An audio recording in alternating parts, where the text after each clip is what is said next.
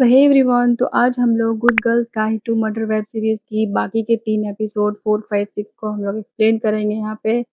तो चलिए स्टार्ट करते हैं। तो जब पेप बेका के घर में घुसी थी रवि के साथ, तो वहाँ पर उसे बनी के अंदर ड्रग्स के छोटे-छोटे पैकेट्स मिले थे और एक पेपर भी मिला था जिसमें आईवी हॉस्पिटल का एड्रेस लिखा हुआ था।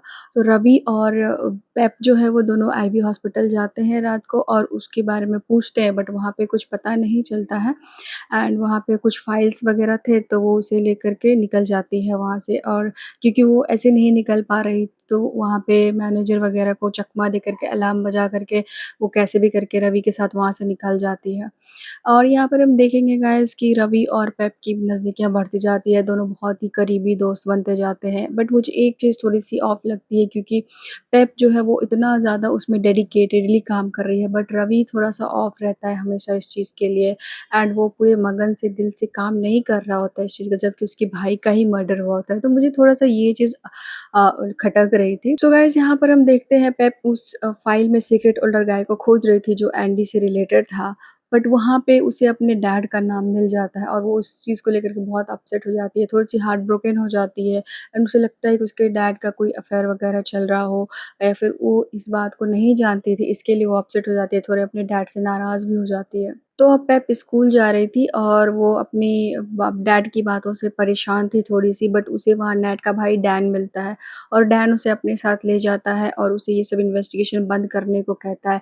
बट पेप इस बात को नहीं मानती है, तो नैट उसे ज़लील करता है और उसकी फैमिली को डिफरेंट बताता है, क्योंकि उसके डैड जो थे अफ्रीकन थे ना, इसके लिए वो उस चीज़ को अलग बताता है और वो बहुत ही ज़्यादा रेशियल डिस्क्रिमिनेशन वाली फ़ील देता है इस चीज़ को। और वो बहुत मीन बातें करता है और वो सैल की एक वीडियो पेप को दिखाता है, जो कि जब वो इन्वेस्टिगेशन कर रहा था सैल के ऊपर, तो सैल ने एक टेस्टिमनी दी थी जिसमें वो बहुत ही ज़्यादा एग्रेसिव बिहेव कर रहा था। और डैन जो है उसे बहुत क्रेज़ी दिखाता है और उसे ये बताता है पेप को कि देखो, ये इस मेंटालिटी का आदमी है, तो ये कुछ भी कर सकता है, तो मर्डर कर सकता था। तो वो इस बात से परेशान हो जाती है और इस बात को सच मान लेती है और वो रवि से मिलने जाती है। रवि को ये चीज़ बताती है और रवि और उसके बीच में थोड़ी-सी नोक-झोंक हो जाती है, क्योंकि रवि वो इस बात को नहीं मानता कि सैल कभी मर्डर कर सकता है। तो पेप और रवि में थोड़ी अनबन हो जाती है और रवि के साथ भी यही प्रॉब्लम थी कि वो ब्राउन फैमिली था, वो इसीलिए उसे ना लोग थोड़ा-सा अलग देखते थे। और यहाँ पर आप देखेंगे कि बहुत ज़्यादा डिस्क्रिमिनेशन वाली चीज़ें आपको हर वक़्त कहीं न कहीं दिखेंगी और वो उन बच्चों में भी दिखती है जो हाई स्कूल के बच्चे हैं, जो डिफरेंट होते हैं, उनके लिए उनका इमोशंस थोड़ा अलग होता है और मीन बातें करते हैं दूसरे के लिए। पेप है वो रवि से भी थोड़ा-सा अपसेट होकर के चली जाती है कारा के घर रिलैक्स करने के लिए और वहाँ पे नियोमी भी थी और कारा दोनों थी। तो शायद पेप पेप ऐसा मान लेती है कि सैल दोषी हो गया है, तो वो ये बात नियोमी को भी बताती है। तो नियोमी इस बात से रेडी नहीं होती है, क्योंकि वो सैल की फ्रेंड थी और वो जानती है कि सैल मर्डर नहीं कर सकता। तो नियोमी उसे एक अपना लैपटॉप देती है और बोलती है उसे देखने के लिए। तो जब पेप नियोमी का लैपटॉप देखती है, तो उसमें सैल की खिंची हुई फ़ोटोज़ मिलती है और इससे उसे पता चलता है कि सैल कैलामिटी पार्टी में साढ़े 12 बजे तक था। और इस बात को जानते ही पेप चली जाती है नियोमी से मिलने के लिए। नियोमी जो एक और कैलामिटी पार्टी में थी उस टाइम, तो वो चली जाती है। तो नियोमी उसे बताती है कि उस रात को वो लोग बहुत ही ज़्यादा ड्रिंक कर रखे थे और वहाँ पे एक हिट एंड रन केस हो गया था उनसे। उन्होंने आगे सामने वाली गाड़ी को टक्कर मार दिया था और शायद वहाँ के दोनों लोग मर गए थे। न्यूज़ में ये बात उसे पता चली थी और अब वो पूरी तरह से डर गई थी। लेकिन उसने एक चीज़ देखा था दूर रह के कि सैल किसी को फ़ोन कर रहा था और उसके बाद वो लोग वहाँ से चले गए एंड अगले दिन उन लोगों का नाम भी नहीं आया। तो इस बात से नियोमी थोड़ा परेशान थी कि पता नहीं मैक्स ने किसको फ़ोन किया है। वहाँ पर ये बात नियोमी पेप को बता देती है, क्योंकि वो बहुत अपसेट होती है और गिल्टी फ़ील करती है और उसे लगता है कि सैल के लिए उसे हेल्प करनी चाहिए। एंड उसी वक़्त मैक्स आ जाता है वहाँ पे और मैक्स नियोमी को बहुत थ्रेटन करता है और उसे अब्यूज़ करता है और इस बात के लिए उसे बहुत पनिश करने की कोशिश करता है। और गाइज़, यहीं पे हमारा 4th एपिसोड ख़त्म हो जाता है। तो आगे हम देखते हैं कि पेप अपने डैड की वज़ह से परेशान थी और वो अपने डैड से बातें भी नहीं करना चाहती थी, बट एक दिन वो और उसके डैड बातें करते हैं एंड वो बताते हैं कि पेप को कन्फ्यूज़न हो गया है एंड डैड उसके अपनी तरफ से क्लैरिफ़ाई करते हैं, चीज़ों को समझाने की कोशिश करते हैं। पेप का मन हल्का हो जाता है और पेप इस बात को मान जाती है कि उसके डैड सही बोल रहे हैं एंड उसकी मॉम भी इस चीज़ को कन्फर्म करती है कि उसके डैड सही बोल रहे हैं, तो पेप इस बात को मान जाती है। सो गाइस, पेप को थ्रेटनिंग मैसेजेस बार-बार आ रहे थे और इस बार उसके फ़ोन पे मैसेजेस आए थे। तो पेप जो अपना एक पॉडकास्ट रिकॉर्ड कर रही थी और उसे अपलोड करने के बारे में सोच रही थी, बट वो स्टिल टोटल डायलेमा में थी इस चीज़ को लेकर के। एक दिन उसे थ्रेटनिंग मैसेज आता है कि वो अपने फैमिली उसकी वज़ह से किसी कोई उसकी अपनी फैमिली हार्म हो सकती है। तो वो पहले रवि को चेक करती है, रवि ठीक होता है, फिर वो अपने भाई जॉश को चेक करती है, जॉश भी ठीक होता है। तो जो पेप है वो थोड़ा-सा रिलैक्स हो जाती है। पेप तो बहुत निडर निडर थी, उसे अपने लिए डर नहीं लगता था, बट उसे शायद अपने आस-पास के लोगों से थोड़ा-सा डर लगता था कि उन्हें इस केस की वज़ह से कुछ ना हो जाए, क्योंकि पेप को बार-बार लोग ब्लेम करते थे चीज़ों के लिए कि पेप की वज़ह से ही इतनी सारी प्रॉब्लम्स क्रिएट हो रही है। सो पेप इस चीज़ से डरती थी। पेप का जो पेट डॉग है ना बार्नी, वो गायब था बहुत टाइम से और पेप उसे खोजने निकलती है, जबकि वो पॉडकास्ट पोस्ट करने वाली थी, लेकिन वो बार्नी की वज़ह से नहीं करती और बार्नी की डेथ हो जाती है। इस बात से पेप बहुत अपसेट हो जाती है एंड वो पॉडकास्ट रिलीज़ नहीं करती है। उसके पास ही वो पॉडकास्ट पड़ा होता है, क्योंकि वो डर जाती है इस बात से कि शायद अगर और भी वो इन्वेस्टिगेशन करेगी तो उसके और भी लोगों तक हार्म हो सकता है। सो पेप जाती है पुलिस स्टेशन डैन से मिलने के लिए और डैन को ये सारी बातें बताती है और डैन से इसका रीज़न पूछती है, मैक्स के बारे में पूछती है, बट वो इस चीज़ को पूरी तरीके से खारिज कर देता है, मना कर देता है। देन पेप उसे धमकी देती है उसके सीनियर अफ़सर से बोलने के लिए, बट देन डैन जो है वो उस बात को मानता है और सच बात बताता है। ये बताता है कि एंडी और डैन जो है वो 2 साल से रिलेशनशिप में थे एंड उसके बाद मैक्स आ जाता है और मैक्स और एंडी करीब हो जाते हैं और इस बात को लेकर के मैक्स जो है ना डैन को ब्लैकमेल करता रहता था हमेशा। और ये सब बातें पेप जो है ना रवि को बताती है एंड नेक्स्ट डे उसका एग्ज़ाम चल रहा होता है, तो वो स्कूल जाती है एग्ज़ाम देने के लिए और वहाँ पे एग्ज़ाम्स खत्म होने के बाद वो लोग सारे स्ट्रेस फ्री हो जाते हैं। कारा थी, उसके डैड और पेप,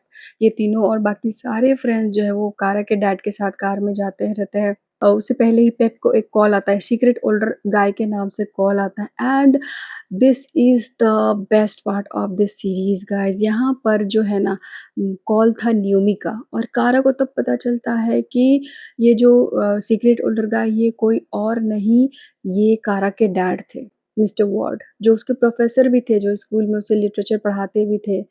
तो अब पेप बहुत ही ज़्यादा कन्फ्यूज़ हो जाती है एंड उसे पता चल जाता है कि ये उसके डैड है, कारा के डैड है। अब उसका डायलेमा बहुत ज़्यादा बढ़ जाता है क्योंकि ये तो उसकी बेस्ट फ्रेंड के डैड है।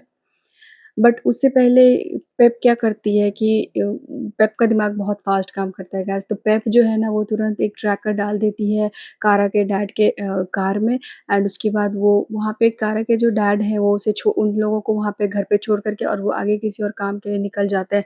इसीलिए पेप उसमें ट्रैकर डाल देती है और वहाँ से निकलते के साथ पेप जो है उस कार को ट्रैक कर रही थी। तो फिर पेप जाती है कारा के डैड के कंप्यूटर्स को चेक करती है और वहाँ पे वही थ्रेटनिंग मैसेजेस जो आते थे पेप को वही सारे वहाँ पे प्रिंटेड और ईमेल्स में दिखते हैं।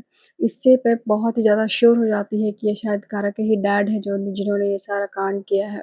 तो अब वो ट्रैक करते-करते अब वो जाती है जहाँ पर उसके कारा के डैड का जो प्रॉपर्टी था वहाँ पर वो गए थे। ये बात वो कन्फर्म करती है नियोमी से एंड वो वहाँ के लिए निकल जाती है। जैसे ही वो वहाँ पहुँचती है तो वहाँ उसके डैड कारा के डैड मिस्टर वॉर्ड मिलते हैं और वहाँ पर इस बात के लिए कन्फ्रंट करती है पेप और इस बात के लिए जब वो पूछती है तब उसे अंत में जाकर के मिस्टर वॉर्ड ये सारी बातें बताते हैं और वो बताते हैं कि एंडी को मिस्टर वॉर्ड ट्यूशन्स पढ़ाया करते थे और धीरे-धीरे करके इन दोनों में अफेयर स्टार्ट हो गए।